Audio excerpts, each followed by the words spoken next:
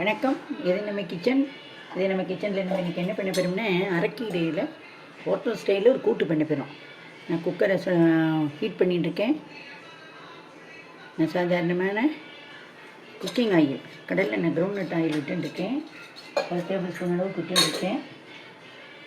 இப்போ இதில் கடுகு, ஒரே ஒரு மிளகாய் வத்தல், ஜீரகம் இப்போ கொஞ்சமாக ஒரு 1/2 டேபிள் ஸ்பூன் அளவுக்கு போட்டுருக்கேன். அதிகமாக அரைக்கிறதுக்கே வேறு போடுவோம். இது நல்லா கடுகு பொரிஞ்சு ஜீரகம் பொரிஞ்சு வரணும். மிளகாய் வத்தல் செவக்கணும். தேவைப்படுறவா இந்த சமயத்தில் கருவேப்பிலை, பெருங்காய கட்டி எல்லாம் போட்டுக்கலாம். இப்போ நம்ம கடுகு வெடிக்கிறது. இப்போ வெங்காயம், தக்காளி, 2 வெங்காயம், ஒரு பாதி தக்காளி தான் நான் போட்டுருக்கேன். ஏன்னா தக்காளி நிறைய புளிப்பு வேணுங்கிறவா தக்காளி போட்டுக்கலாம். புளி விட்டு கீரை பண்ணுறதுன்னா புளி விட்டு அது வேறு மெத்தட். இப்போதைக்கு நான் புளியெலாம் விடலை. தக்காளி 1/2 தக்காளி தான் போட்டுருக்கேன். 2 வெங்காயம் போட்டுருக்கேன். இது வதங்கணும். நான் இப்போ இந்த வெங்காயம் வதங்கிறதுக்கு, கீரைக்கு, இந்த கூட்டுக்கு எல்லாத்துக்குமே சேர்த்து மொத்தமாக உப்பை போட்டு விடுறேன். உப்பு ரொம்ப ஜாக்கிரதையாக போடணும். கீரை இது ஃபுல் ஃபைபர் உள்ள ஃபுட்டு. உப்பு அதிகம் இழுக்காது, பார்த்துக்கோங்க.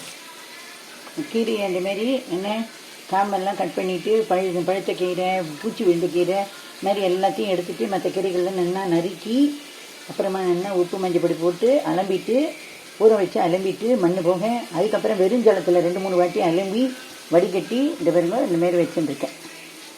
அதேமாரி இந்த கீரை அளவுக்கு ஒரு கட்டு கீரை, இந்த அரைக்கீரை. அது இப்போ இதுக்கு நான் 1/2 அழகு பைத்தம்பருப்பு, 1/2 அழகு துவரம்பருப்பு 2 ஹவர்ஸாக ஊற வச்சுட்டு, அதுக்கப்புறம் நல்லா களைஞ்சி ஊற வச்சுட்டு, அதுக்கப்புறம் மஞ்சள் பொடியும் நல்லெண்ணையும் விட்டு நல்லா இந்தமாரி குழவா இது பாருங்க உருவமே தெரியாத அளவுக்கு வேக வச்சு எடுத்துட்டேன்.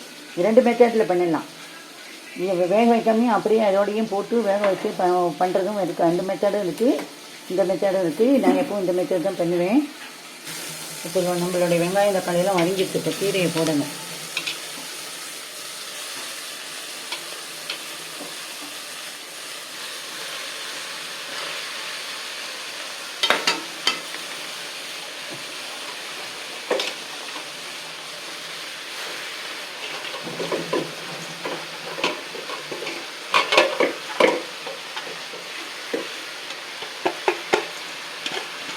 இப்போ நான் பண்ணுறது ஹோட்டல் ஸ்டைலில் பண்ணிட்டுருக்கேன். நம்ம ட்ரெடிஷ்னல் மெத்தடோ இல்லை வீடுகளில் பண்ணுற மெத்தட்லேயோ நான் இன்றைக்கி பண்ணலை. இப்போ இங்கே வதக்கணும்.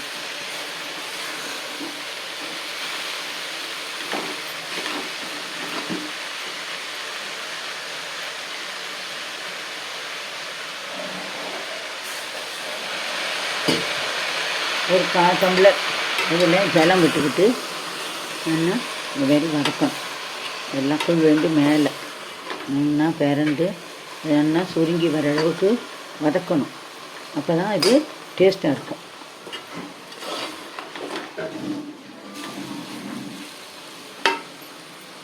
இது எப்படி வதங்கி எப்படி வருதுங்கிறத காட்டுறேன். தக்காளி ரசம்.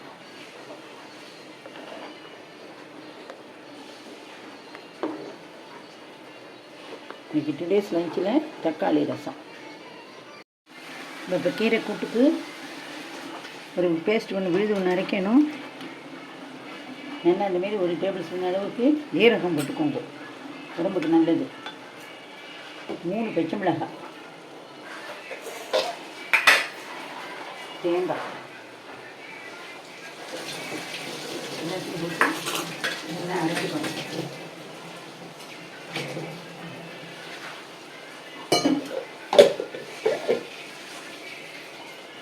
தேவைப்பட்ட இந்த கூட்டுக்கு நான் கரைச்சி விடலாம், இல்லாட்டி தேவையில்லை. நம்ம இப்போ இதை அரைச்சாச்சு. இந்த கூட்டுக்கு காரம் கொடுக்கறது வெறும் இந்த பச்சை மிளகாய் தான், இதில் வேறு எதுவும் இல்லை. அதனால தான் நான் 3 பச்சை மிளகாய் வச்சுருக்கேன். இப்போ இதுக்கு பெருங்காய ஜலம் விடணும்.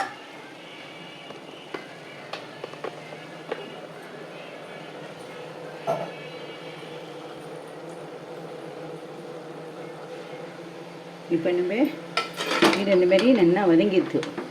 இப்போ என்ன பண்ண போகிறோம், நம்ம வேக வச்சுருக்கோம் இல்லையா, பைத்தம்பருப்பும் துவரம்பருப்பும், அதை இதில் போட போகிறோம்.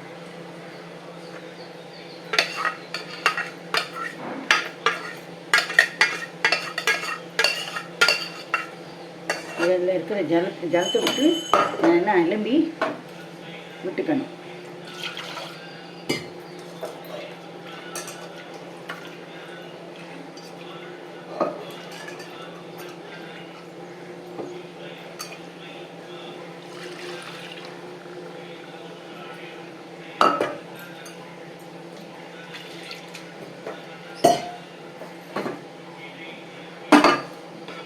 இப்போ நல்லா கலரி விட்டுன்ட்டு உங்களுக்கு புளிப்பு டிப்ஸ் என்னென்ன அப்படின்னா, இன்றைக்கி இன்றைய டிப்ஸ் என்னென்ன, புளிப்பு தேவை அப்படின்னாக்க தக்காளி நிறைய போட்டுக்கலாம். அப்புறம் மிளகு வேணும், மிளகு வாசனை பார்த்திங்கன்னா மிளகு கூட்டுனா மிளகு நிறைய அரைச்சி விடணும், மிளகாயை குறைச்சிக்கணும். இப்போ நம்ம அரைச்ச பேஸ்ட்டு அதில் விட்டுடுறோம்.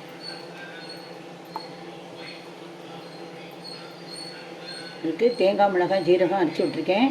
இது கூடயே என்னென்னாக்கா உங்களுக்கு மிளகு வாசனை பிடிக்குன்னா மிளகாயை குறைச்சிண்டு மிளகு அரைச்சி விட்டுக்கலாம். இல்லை அப்படின்னாக்க நீங்கள் மிளகாய் காரமும் கொஞ்சம் வேணும் தேவைப்படுறது அப்படின்னாக்க ஒரு மிளகாயை குறைச்சிண்டு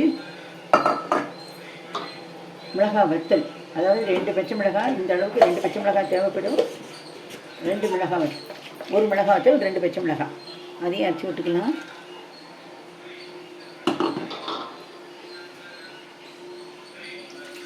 இறக்கும்போது என்னென்னாக்க ஒரு ஸ்பூன் நெய்யை விட்டு கிளறி இறக்கலாம். இல்லை அப்படின்னா வா இலையில வேணுங்கிறவா விட்டுக்கலாம். இது நல்லா 3 விசில் வரணும். அதான் நல்லா ஜம்முன்னு குழவாக வெந்துடும். குழந்தைகளுக்கும் சாத்தில் பிசைஞ்சு ஊட்டி விடலாம், பெரியவளையும் சாப்பிடலாம். இப்போ இது நல்லா குழஞ்சி வரட்டும், 3 விசில் வரணும்.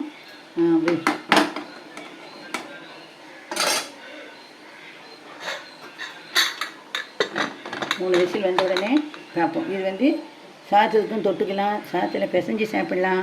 காம்பினேஷன் ரெசிபி என்ன அப்படின்னா, ஏதாவது வடாமோ வத்தலோ அப்பளாமோ என்னத்தையாவது பொரிச்சு வச்சுட்டு இதை சாதத்தில் போட்டு நெய்யை விட்டுட்டு சுட சுட சாப்பிட்லாம்.